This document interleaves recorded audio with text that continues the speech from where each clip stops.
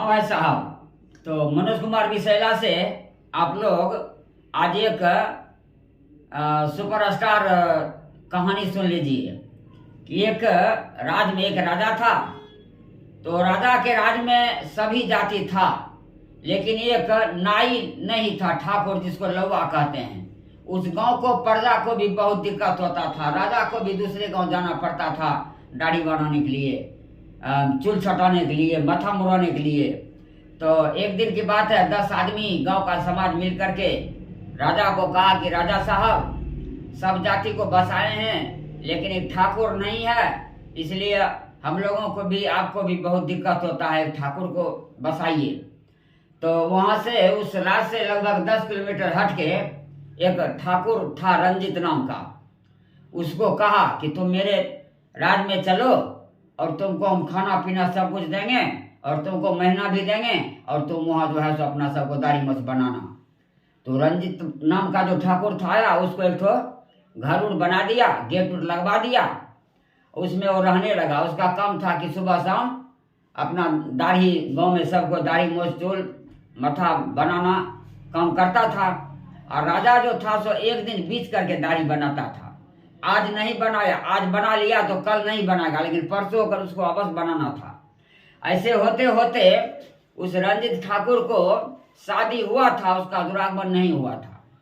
तो उसका पिताजी ने उसको खबर दिया कि रे सो मैंने दिन वहां ससुराल, तेरे ससुराल भेज दिया है, दिन गछ लिया है, परसों तेरा दुरागमन है, दिन है, तुम परसों आ जाना।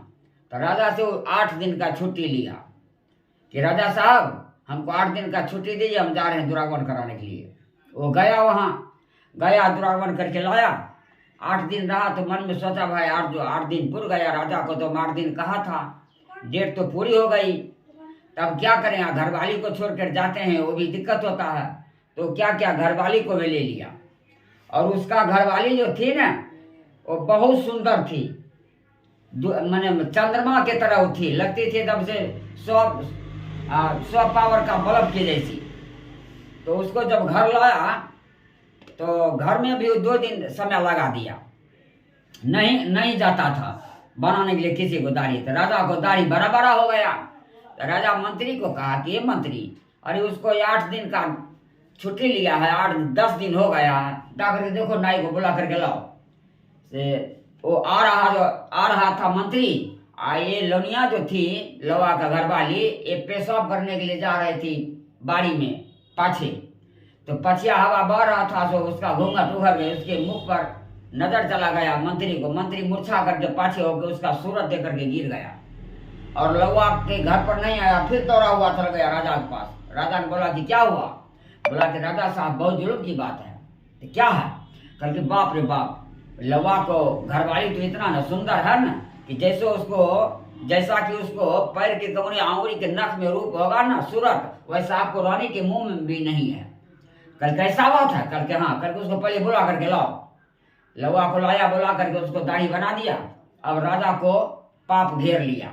राजा कहता है कि रे रंजित, तू अपने घरवाली को यहाँ भेज दो, यहाँ बाजार में जो है सो अनाज सुंडा खा गया, सबको बना करके अलग करेगा। वो गया और अपने घरवाली को कहा, उसका घरवाली जो थी सो नहा सुना करके पलंग तोड़ साड़ी, धरती धमक साजा, अलगे सुमक ब्लाउज पहन लिया, आया घूंघट मार के आया। तो राजा नौकर को कहा, नौकर बाजार खोल दिया, फटकने लगा और उसके आगे में राजा कुर्सी लेकर के बैठ गया कि कभी मुंह उघारेगा तो हम देखेंगे। और सर में से मुंह नहीं उघारती थी, घूंघट मार के फटक रही है। तो राजा ने सोचा कैसे मुंह अब नहीं उघारेगा। तो राजा कहता है कि बेचारी, अरे घूंघट मार करके तू फटक रही है, ऐसे में तो खाया फिर खाया एके में चला जाएगा, नहीं होगा, घूंघट उघारो। ऐसे घूंघट उघारा, जब उसको मुख पर राजा को भी नजर पड़ा ना, राजा भी पाछे मुड़ करके गिर गया, कुर्सी ले गिर गया। तो फिर उठा, होश किया। राजा मन में सोचता है कि अरे साला सही मंत्री कहा था, तो ऐसा सुंदर नारी मैंने नहीं देखा।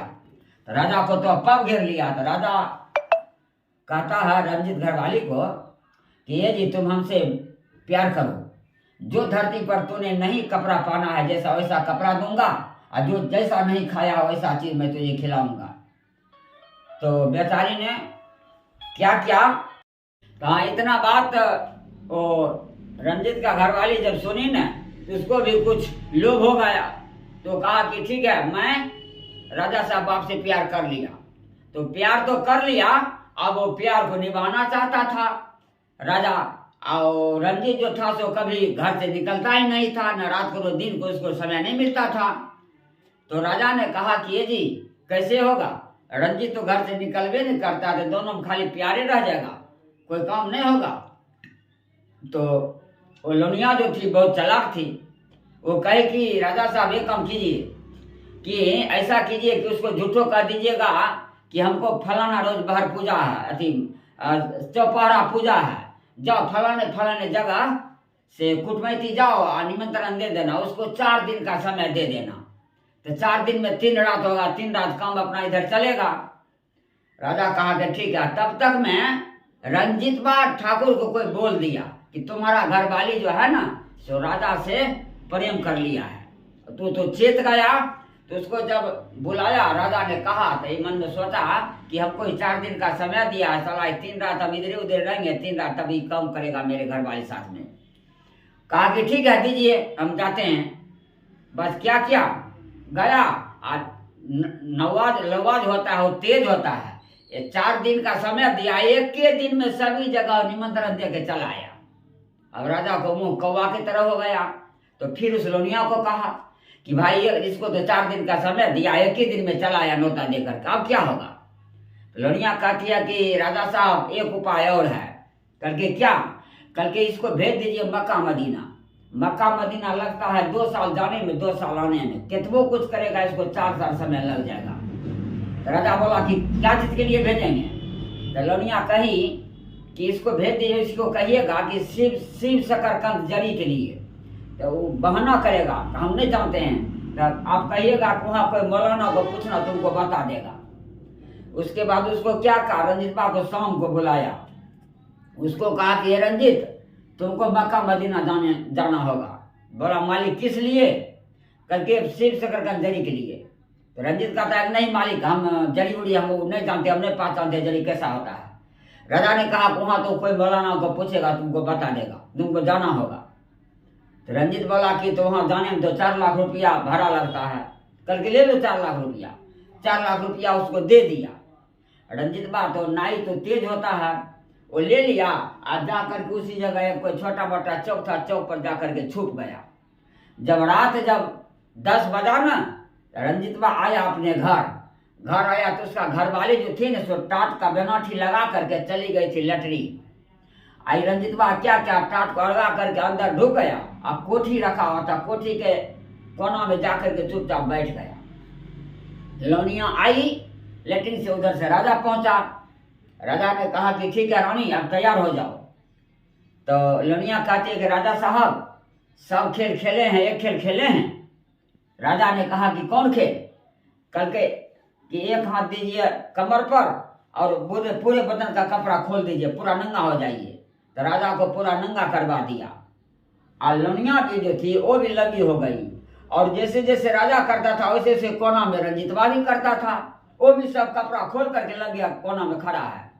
तो लोनिया कहती है राजा को एक हाथ दीजिए कमर पर, एक हाथ दिया राजा कमर पर, कहा एक हाथ दीजिए माथे पर, एक हाथ दिया माथे पर। और करके उसके उधर से आप नाचते आए कहते आए कि तीर सनासन गलोनिया तीर सनासन, तीर सनासन गलोनिया तीर सनासन।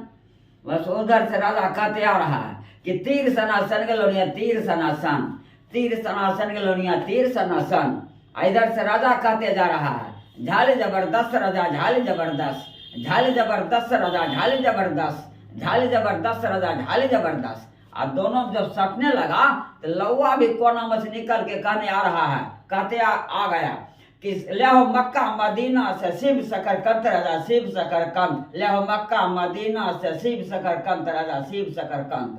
राजा जो एकाएक देखा ना, उसको पता नहीं चला, रंजीत बा उसको सोचा कि कोई प्रेत है। बस जो भागा टाट के ऊपर से छड़प करके घर तरफ में कम से कम 10 बजरा गिरा हो। तब जाकर के सुबह में फिर रंजीत बा बोला, उसको कहा भाई 4 लाख रुपया तुमको और देते हैं, तुम रात में किसी को नहीं कहना, तो हमको मारते मारते हमारा हाल खराब कर देगा। रंजीत बा क्या वो भी फिर 4 लाख रुपया दिया, 8 लाख रुपया हो गया। 2-4 दिन रहा, बस घर वाली को लेकर के अपने घर चला गया।